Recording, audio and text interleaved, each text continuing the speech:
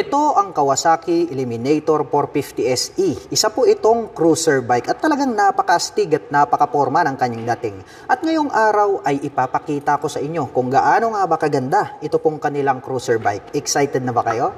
Tara!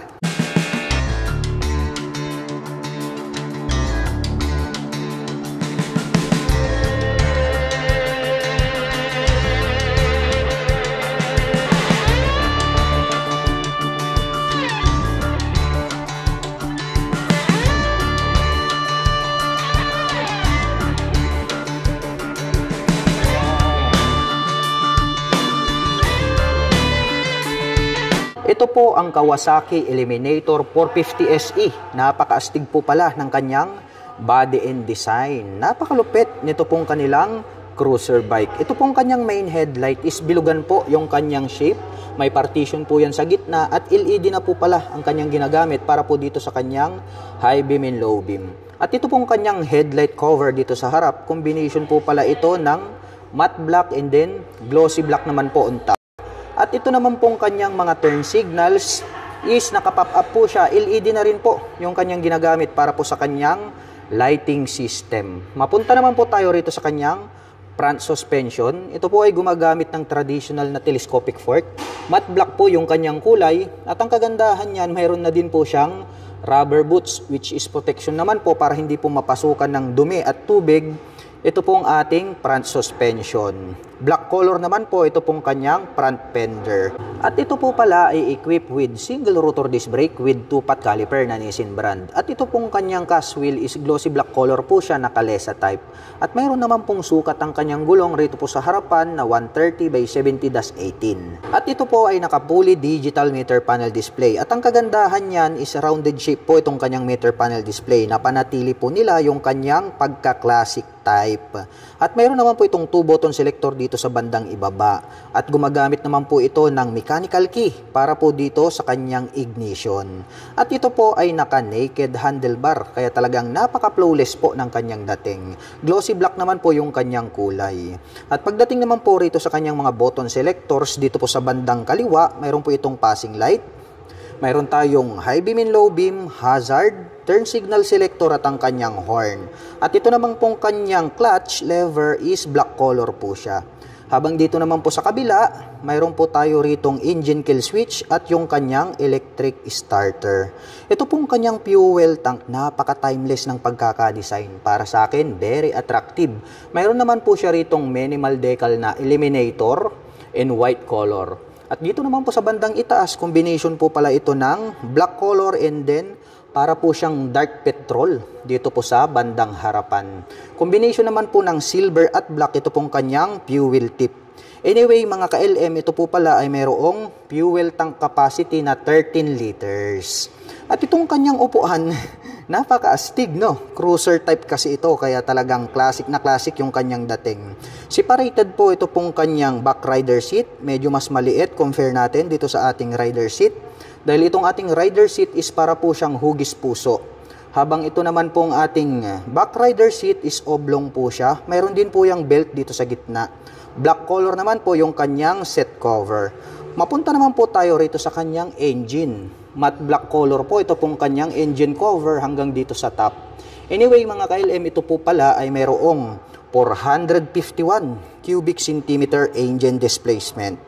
Naka-parallel twin cylinder, dual overhead cam, 4-stroke with 8 valve. At nakakapag-provide naman po ito ng maximum power na 52 HP at 10,000 RPM. Habang nakakapagbigay naman po ito ng maximum torque na 42.6 Nm at 7,500 RPM. At ito po pala ay mayroon po itong 6-speed manual transmission. Mayroon na din po siyang assist and sleeper clutch. At ang Kawasaki Eliminator 450 SE ay mayroon po itong 735mm na seat height. Ngayon naman po ay susubukan nating sakyan para maipakita ko sa inyo sa side view kung gaano nga ba ito kataas. Actually mga ka-LM, napakababa pala nito. Dahil nga ito po ay isang cruiser bike. Sa tingin ko kayang-kayang i-maneuver ito na mga 5 flat and above. Anyway, para po sa mga magtatanong, ang aking height po is just around 5'6", kaya talagang sobrang baba nito para sa akin. Kaya kung hindi naman kayo masyadong katangkaran, highly recommended po pala itong mga cruiser bike dahil talagang napakababa po ng kanyang ground clearance at seat height. Silipin naman po natin ito pong kanyang tail light. Oblong po ito pong kanyang tail light. LED na rin po yung kanyang ginagamit. At nakapop up naman po ito pong kanyang mga turn signals. LED na rin po yan. At dito po sa bandang gitna kapag ating sinilip, mayroon na rin po siyang plate light. At may additional po siya na light reflector dito po sa bandang gitna. At pagdating naman po rito sa kanyang rear suspension, ito po ay gumagamit ng dual shock absorber. Glossy black naman po yung coil spring na ginamit. At ito po ay adjustable. So pwede po natin yang i-adjust. Depende po sa bouncing performance na nais natin. At ang kanya naman pong rear braking system ay naka single rotor disc brake with 2-pot caliper na Nissin brand. At ito pong kanyang cast wheel is Calesa type po siya na glossy black. At ang sukat naman po ng kanyang gulong rito sa likuran, ito po ay mayroong sukat na 150 by 80-16. At ito pong kanyang stock pipe, napakasimple lang din po ng kanyang dating. Single color, kaya napaka-classic dahil nga matte black.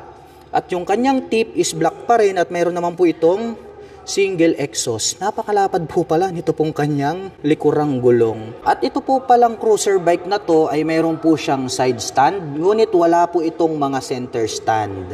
At dito natin makikita ito pong kanyang horn. At ito pong kanyang radiator, nandito po sa bandang harapan, black color po siya. At ito po pala ay equipped with liquid cooling system. Kaya maaasahan po natin, ito pong cruiser bike na ito pagdating po sa mga long rides driving purposes. At gumamit po pala sila rito ng tubular na square type para naman po rito sa kanyang swing arm, metal po yan.